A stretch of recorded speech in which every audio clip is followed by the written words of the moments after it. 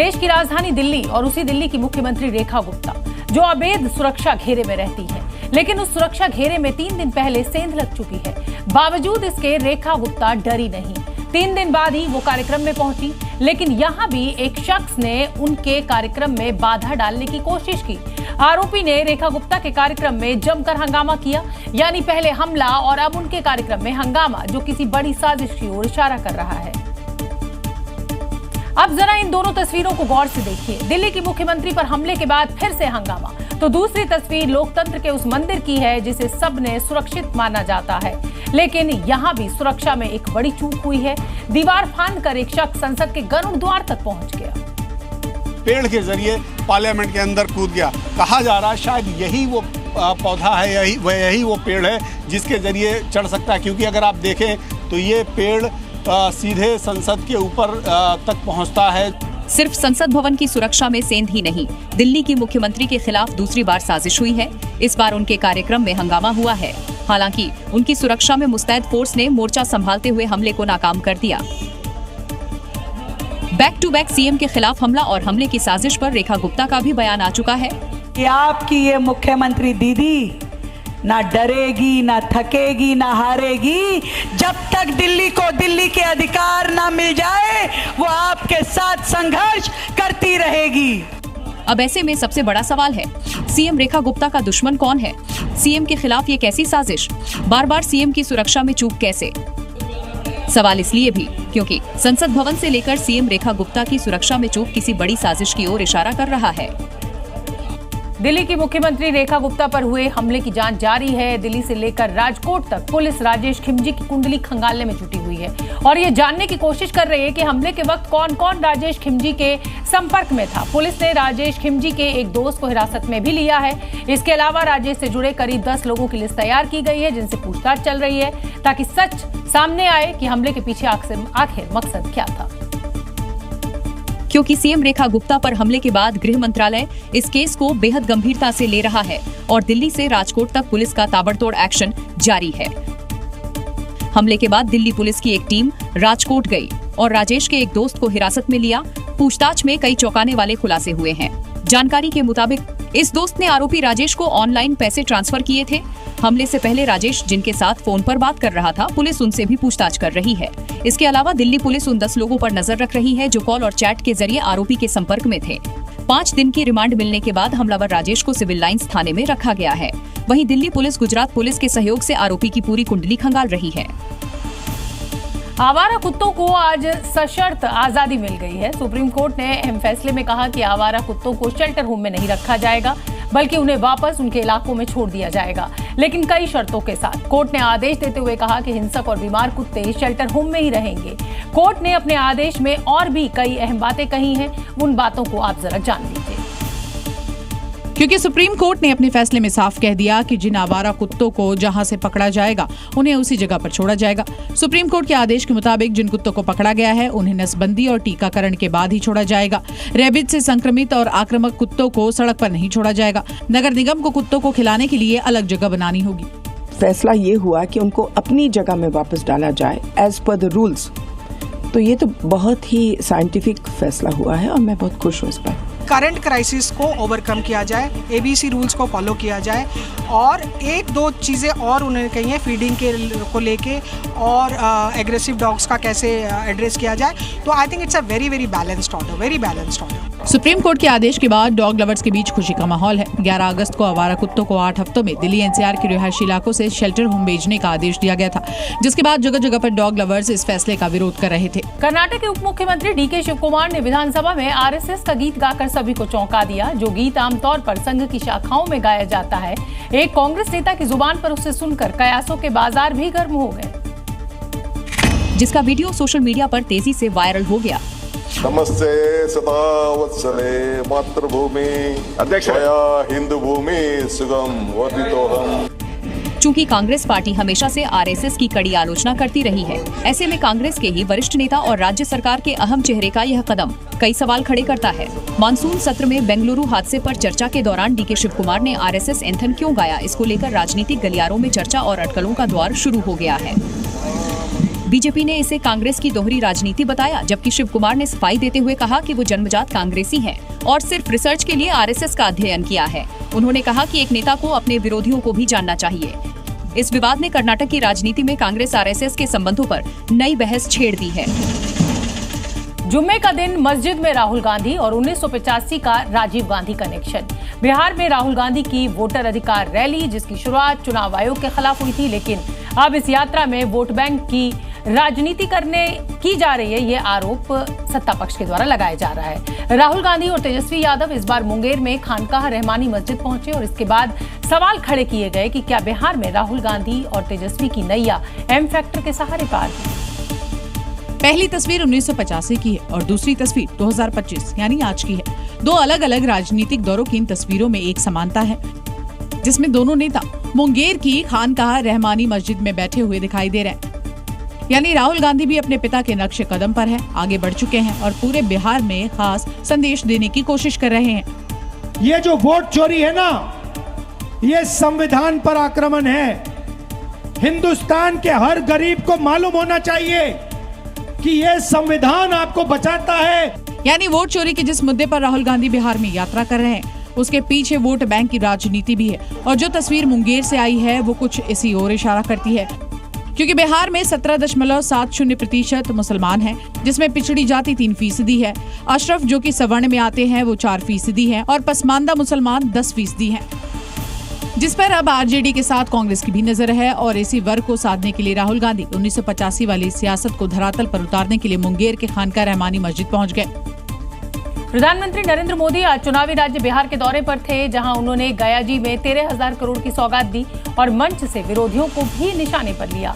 लेकिन इस सौगात को विपक्ष के नेता चुनावी जुमले का नाम दे चुके हैं। यहां तक कि लालू यादव ने प्रधानमंत्री मोदी के दौरे पर कटाक्ष करते हुए कहा, नीतीश कुमार की पार्टी का पिंडदान तक कर दिए, जिस पर भी प्रधानमंत्री ने तीखी प्रतिक्रिया दी है। लालटेन राज में एक क्षेत्र लाल आतंक से जकड़ा हुआ था।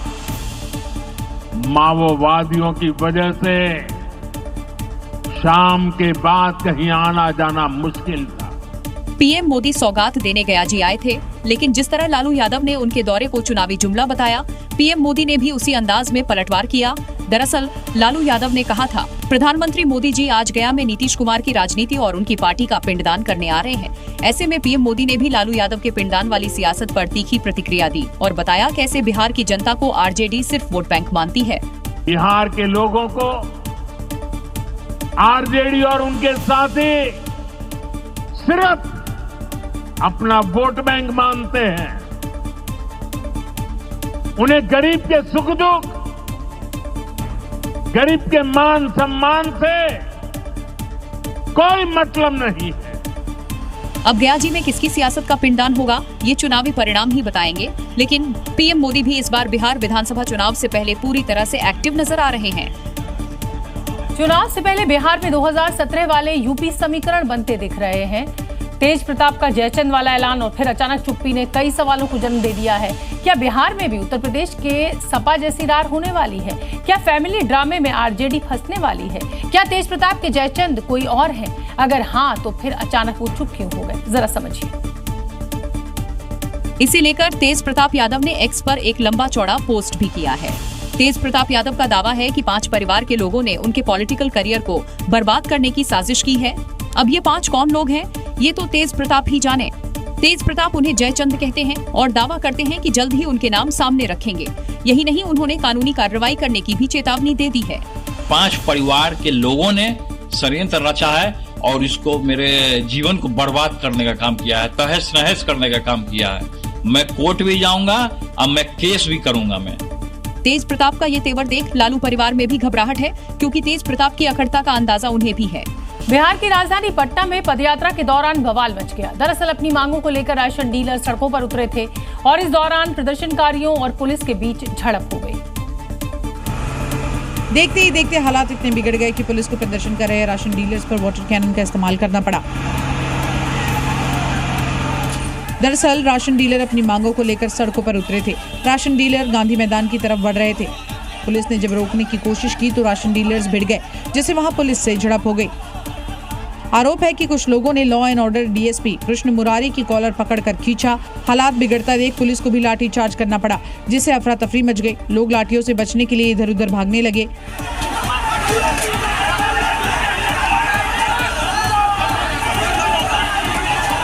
इतना ही नहीं, गांधी मैदान की तरफ बढ़ रहे प्रदर्शनकारियों को रोकने के लिए पुलिस ने वाटर कैनन का भी इस्तेमाल किया। राशन डीलर्स की ये मांग है कि जन वितरण प्रणाली से जुड़े सभी विक्रेताओं को नियमित किया जाए। महाराष्ट्र के डिप्टी सीएम अजीत पवार के बारे में कहा जाता है कि वो अपने समर्थकों और कार्यकर्ताओं के साथ बेहद स्ट्रॉन्ग कनेक्शन रखते हैं।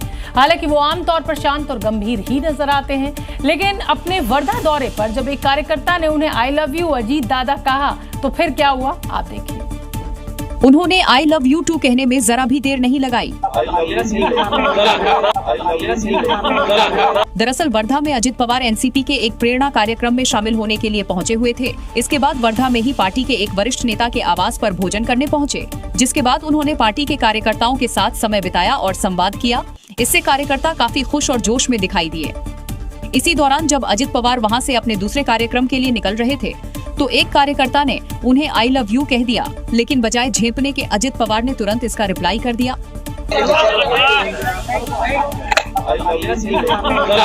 इतना सुनते ही सभी खिलखिलाकर हंस पड़े। हालांकि उत्तर प्रदेश विधानसभा चुनाव में अभी वक्त है, लेकिन सियासी फॉर्मूला अभी से गढ़ा जाने लगा है।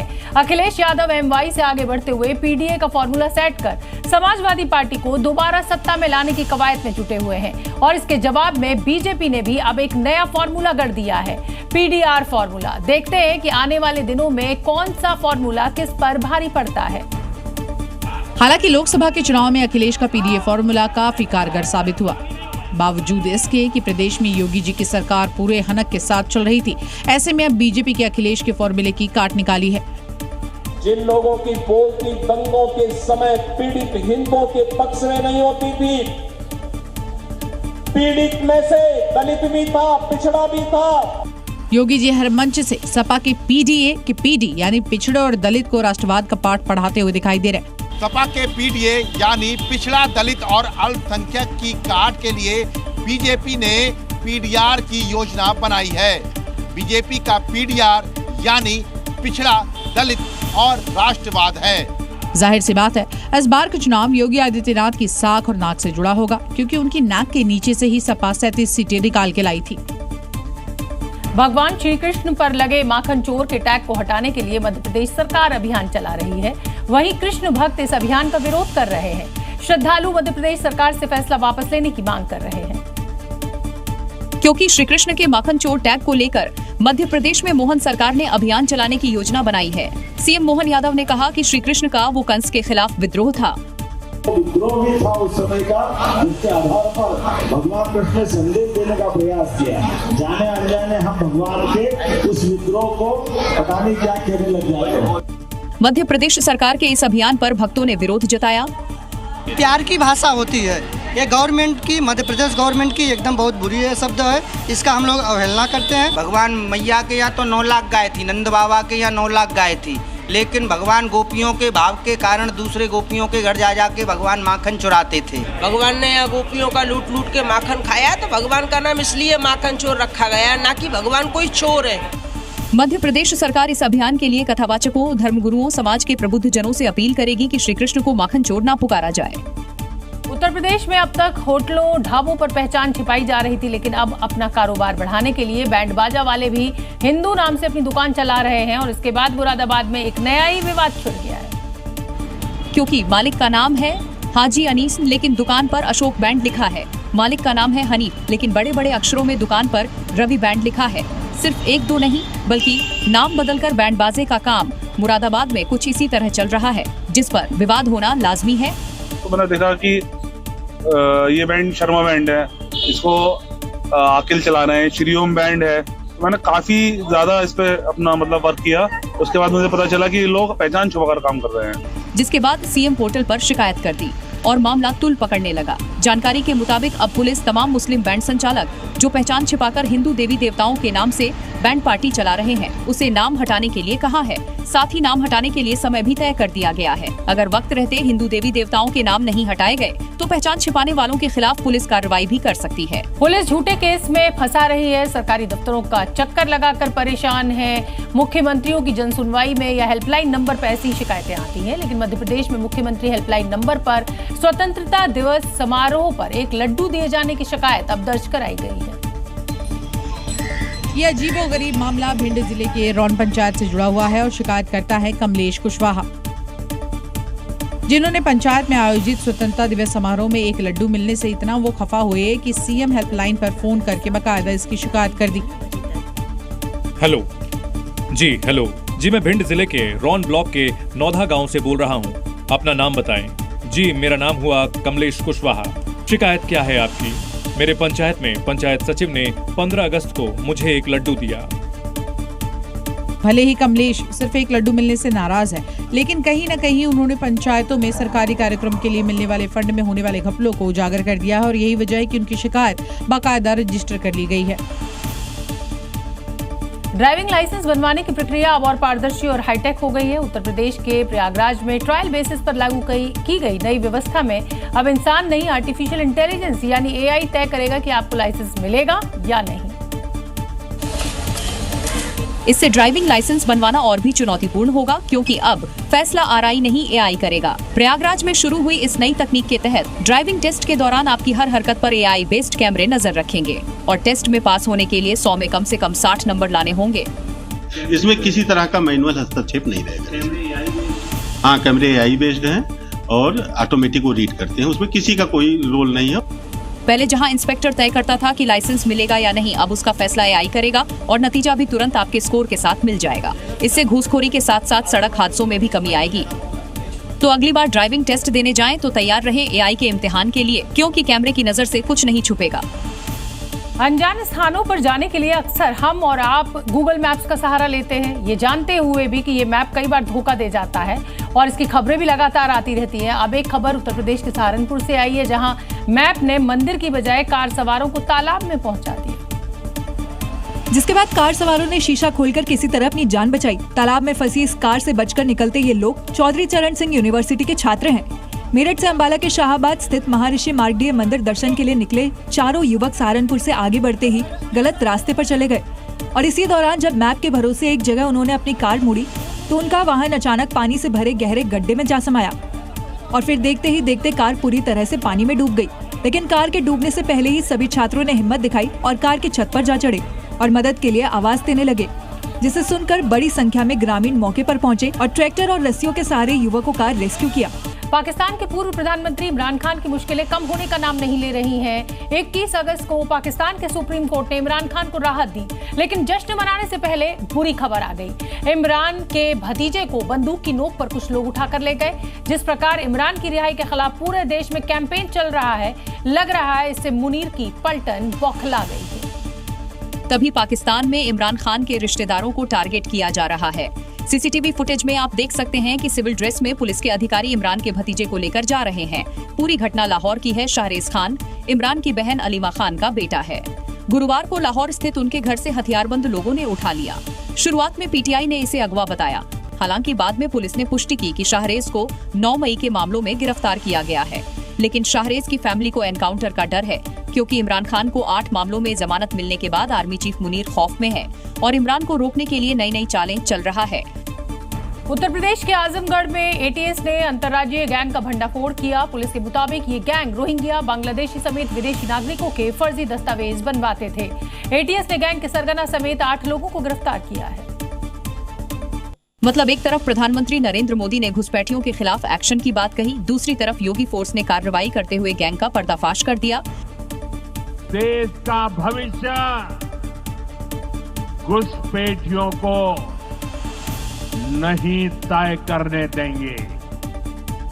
जानकारी के मुताबिक पुलिस ने जिन 8 आरोपियों को गिरफ्तार किया, ये लोग जन सेवा केंद्र की आड़ में रोहिंग्याओं और बांग्लादेशियों के फर्जी दस्तावेज तैयार करते थे, जिनमें आधार कार्ड, जन्म प्रमाण पत्र, निवास प्रमाण पत्र और शपथ पत्र शामिल है। गैंग का नेटवर्क के तार उत्तर प्रदेश के आजमगढ़, गोरखपुर, मऊ, सहारनपुर, औरैया और गाजियाबाद में फैला था। बिहार, पश्चिम बंगाल और दिल्ली एनसीआर में भी इनका नेटवर्क चल रहा था। फर्जी दस्तावेज बनाने वालों से गिरोह के सदस्य मोटी रकम वसूलते थे। इन दस्तावेजों का इस्तेमाल सरकारी योजनाओं का लाभ लेने के लिए भी किया जा रहा था। फेमस यूट्यूबर एल्विश यादव के गुरुग्राम स्थित घर पर फायरिंग करने वाले आरोपी को पुलिस ने धर दबोचा है। फरीदाबाद क्राइम ब्रांच ने एक मुठभेड़ में ईशांत उर्फ ईशू गांधी नाम के एक आरोपी को गिरफ्तार कर लिया है। जिसने 17 अगस्त को गुरुग्राम में एल्विश यादव के घर के बाहर कथित तौर पर गोलीबारी की थी। पैर में गोली लगने के बाद आरोपी को अस्पताल ले जाया गया। मुठभेड़ के दौरान ईशांत ने पुलिस की क्राइम टीम पर आधा दर्जन से ज्यादा राउंड फायरिंग की, लेकिन जवाबी कार्रवाई में पुलिस की गोली आरोपी के पैर में लगी। घायल बदमाश को पुलिस ने तुरंत दबोच लिया। इलाज के लिए अस्पताल में भर्ती कराया गया। पुलिस सूत्रों के मुताबिक आरोपी नीरज फरीदपुरिया गैंग से जुड़ा हुआ था, जो गांव में किसी से मिलने गया था। पुलिस ने फरीदपुर रोड पर नाकेबंदी की और एनकाउंटर में उसे गिरफ्तार कर लिया। पुलिस अब ईशांत की कुंडली खंगालने में लगी है और वो कितने समय से नीरज फरीदपुरिया गैंग से जुड़ा था और अब तक कितने अपराधों में शामिल रहा है। पुष्पा फिल्म का मशहूर डायलॉग मैं झुकेगा नहीं तो आपको याद ही होगा, लेकिन उत्तर प्रदेश की पुष्पा को यूपी पुलिस की टीम ने आखिरकार झुकने पर मजबूर कर दिया। कुशीनगर में वन विभाग की टीम ने नदी में छिपाया गया 50 लाख रुपए का लाल सोना यानी खेरे की लकड़ियां बरामद कर तस्करों को झुकने पर मजबूर किया। कुशीनगर के खड्डा थाना क्षेत्र से योगी फोर्स की कार्रवाई की तस्वीरें सामने आई हैं। आप देख सकते हैं कि पुलिस और वन विभाग की टीम ने गुप्त सूचना के आधार पर नदी में छिपाई गई 46 बोटा कीमती खेरे की लकड़ी को जब्त कर लिया है, जिसके अंतर्राष्ट्रीय बाजार में कीमत करीब 50 लाख रुपए बताई जा रही है। आशंका ये है कि लकड़ी नेपाल बॉर्डर से सटे महाराजगंज के सोहगी बरवा जंगल से अवैध तरीके से काट कर लाई गई थी। तस्कर नदी के सहारे इस लकड़ी को छिपाकर ले जाने की फिराक में थे। पुष्पा बनने का ख्वाब देख रहे तस्करों के लिए ये सीधा संदेश है कि पुष्पा झुकेगा भी और धरा भी जाएगा। उत्तर प्रदेश में अब कानून का डंडा चलेगा, लकड़ी नहीं। मध्य प्रदेश के महर में धार्मिक आस्था को ठेस पहुंचाने की साजिश को अंजाम देने वाले आरोपी सलाखों के पीछे पहुंच चुके हैं। शिव मंदिर में भगवान नंदी की प्रतिमा खंडित करने के मामले में अब पुलिस ने मोहम्मद इसराइल और नावेद अहमद को गिरफ्तार कर लिया है। आरोपियों ने कबूल किया है कि उन्होंने शराब के नशे में इस कृत्य को अंजाम दिया है, जिससे हिंदू समाज में जबरदस्त आक्रोश है। जी न्यूज की चौपाल में लोगों ने बुलडोजर एक्शन की मांग की। बुलडोजर चलना चाहिए, उनका घर गिरना चाहिए और ऐसे विधर्मियों का कहीं भी मैहर में जगह नहीं मिलनी चाहिए। मैहर में किसी प्रकार की जो धार्मिक प्रवृत्ति का कट्टरपंथी कर रहे हैं उनको बुलडोजर चलवाना चाहिए। जिस प्रकार से हमारे नंदी भगवान को मैहर में नावेद खान और इस्माइल खान ने तोड़ा है, उनका बुलडोजर जिस प्रकार से सरकार घर गिराती बुलडोजर से घर गिराए। हमारे आस्थाओं पे हमेशा चोट पहुंची है। घटना 18 अगस्त की है, जब जिले में स्थित संकुटा तालाब के किनारे बने प्राचीन शिव मंदिर में नंदी की प्रतिमा टूटी हुई पाई गई थी। पुलिस ने 72 घंटे के अंदर कार्रवाई की। 2 आरोपीगण को उसमें अरेस्ट कर लिया गया है। एक आरोपी को उसी दिन अरेस्ट कर लिया गया था और एक अन्य आरोपी जिसके बारे में जानकारी मिली थी उसको 2 दिन तलाश करने के बाद उसको भी अरेस्ट कर लिया गया है।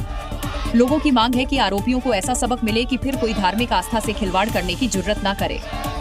राजस्थान के जैसलमेर में तालाब खुदाई के दौरान डायनासोर के अवशेष मिलने का दावा किया जा रहा है। खुदाई में फॉसिल्स के साथ साथ हड्डियों का एक स्ट्रक्चर भी मिला है और इसका संबंध डायनासोर काल से होने की संभावना जताई जा रही है। माना जा रहा है कि ये करोड़ों साल पुराने अवशेष हो सकते हैं। इसको लेकर फतेहगढ़ एसडीएम ने मौके का निरीक्षण भी किया। अब बरामद अवशेषों की जांच के लिए जूलॉजिकल सर्वे ऑफ इंडिया और एएसआई की टीम यहां आएगी। इतनी बड़ी हड्डी किस चीज की? कौन सी? ये बड़ी हरपाल की तालाब के पास मिले ये अवशेष, जिनमें जीवाश्म और हड्डियों का ढांचा शामिल है, डायनासोर काल के होने की संभावना जताई जा रही है। भूजल वैज्ञानिक के अनुसार ये ढांचा 6 से 7 फीट लंबा हो सकता है। ये पत्थर लकड़ी की तरह सख्त हो गए हैं, जो प्राचीन जीवाश्मों की विशेषता है। इसके साथ ही एक हड्डियों का स्ट्रक्चर भी सामने आया है, जो इस खोज को और रहस्यमयी बनाता है। शुरुआती तौर पर ये अनुमान लगाया जा रहा है कि ये अवशेष लाखों करोड़ों साल पुराने हैं, जो डायनासोर फैमिली के हो सकते हैं। बारिश के मौसम में बेजुबान भी जंगलों से अब उग गए हैं। उत्तराखंड के हरिद्वार से आई तस्वीरें देखकर तो ऐसा ही लगता है, क्योंकि यहाँ गजराज फैमिली सिटी वॉक करती हुई नजर आई। चाल ऐसी जैसे गजराज फुल फैमिली के साथ शहर देखने निकले हों, जबकि शहर वाले गजराज फैमिली को देख रहे थे। तस्वीरों में देखा जा सकता है कि कैसे हाथी बिना किसी डर के आम लोगों के बीच आराम से चल रहे हैं। शहर में हाथियों को घूमते देख पहले तो लोग डर गए, लेकिन जल्द ही समझ आ गया कि हाथी किसी को भी नुकसान पहुंचाने के मूड में नहीं है। कुछ देर गलियों में भटकते रहने के बाद सभी हाथी वापस जंगल में चले गए। हाथियों का शहर में आना ये दर्शाता है कि वे अपने प्राकृतिक आवास से दूर हो रहे हैं और मानव बस्तियों की ओर बढ़ रहे हैं। राजस्थान में 24 घंटे से हो रही मूसलाधार बारिश से कई जिलों में बाढ़ पैदा हो गई है। सवाई माधोपुर में रेलवे स्टेशन पर पानी भर गया है। बारिश से सड़कें सैलाब में बह गई हैं और मकान हो या फिर दुकान, हर जगह सिर्फ पानी का कब्जा दिख रहा है, जिससे लोगों को भी काफी दिक्कतों का सामना करना पड़ रहा है। क्योंकि पिछले 24 घंटे से हो रही बारिश की वजह से कई इलाके जलमग्न हो गए हैं। नदियों का जलस्तर बढ़ गया है। सवाई माधोपुर रेलवे स्टेशन से जो तस्वीरें सामने आई है उसमें पटरियां सैलाब में डूबी हुई दिखाई दे रही है। ट्रेन के पहिए डूब गए हैं। जहां तक नजर पड़ी रेलवे स्टेशन पर सिर्फ पानी ही पानी नजर आया, जिसे देखकर ऐसा लगा मानो कोई नदी द्वार आई हो।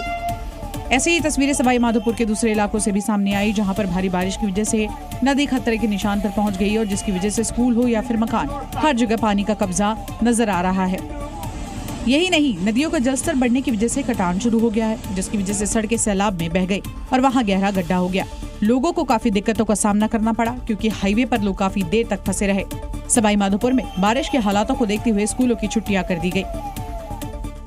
हालांकि राजस्थान के सवाई माधोपुर में हुई इस बारिश ने जहां पानी की कमी को दूर किया है, तो वहीं कई इलाकों में बाढ़ जैसे हालात भी पैदा कर दिए हैं।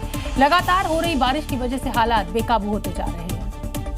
शहर के निचले इलाकों की कई कॉलोनियों में जलभराव की वजह से लोग अपने सामान लेकर छतों पर चढ़ गए हैं, क्योंकि कई इलाकों में 5 से 6 फीट तक पानी भर गया है, जिसे देखते हुए प्रशासन ने लोगों को मदद पहुंचने तक इंतजार करने को कहा है। लेकिन लोग डर के मारे निचले इलाकों को छोड़कर सुरक्षित स्थानों की ओर भाग रहे हैं। बारिश के बाद पानी का तेज बहाव शहर को निगलने के लिए दौड़ता दिख रहा है।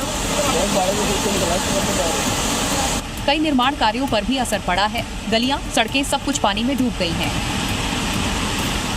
बारिश और बाढ़ के साथ नदी नालों से आता पानी हालात को हाहाकारी बना रहे हैं, जिसे देख लोग खौफ में हैं। तेज बारिश के चलते पटरियों पर पानी भर गया है।